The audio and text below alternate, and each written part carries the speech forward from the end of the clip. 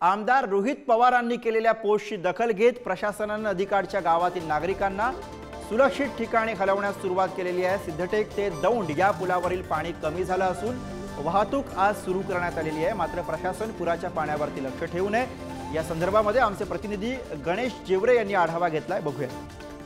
आपण अहमदनगर जिल्ह्यातील कर्जत तालुक्यातील सिद्धटेक या ठिकाणी आहोत। आपण जर पाहिलं तर पुणा येथील खडकवासला धरणामधून अतिशय मोठ्या प्रमाणामध्ये भीमा नदी पात्रामध्ये पाणी सोडण्यात आलं आणि त्यामुळे जर पाहिलं तर भीमा नदीला कर्जत तालुक्यामध्ये पूर आलेला आहे। आपण जर पाहिलं तर आपण आज या पुलावर उभा आहोत। या ठिकाणी जर पाहिलं तर हा पूल पूर्णपणे काल पाण्याखाली गेला होता। हाच तो ब्रिज आहे ज्या ठिकाणी कर्जत आणि दौंड या तालुक्याची वाहतूक पूर्णपणे बंद करण्यात आली होती आणि या पूर्ण पुला हा पाण्याखाली गेला होता। आणि आपण जर पाहिलं या ठिकाणी तर आताही भीमा नदी पात्रामध्ये अतिशय मोठ्या प्रमाणात जवळपास 87,000 क्युसेक क्षमतेने हे पाणी या ठिकाणी सोडण्यात आले।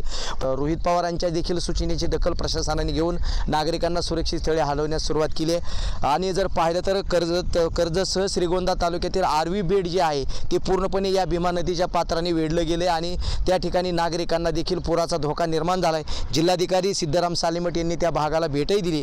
अशा पद्धतीने जर आपण कायम आहे आणि नागरिकांना सुरक्षिततेच्या सूचना म्हणजे प्रशासनाच्या वतीने देण्यात आल्यात। नदीकाठच्या नागरिकांना इतरत्र हलवण्यात आल्याचं आपल्याला पाहावयास मिळतं। गणेश जेवरे, कर्जत, अहमदनगर।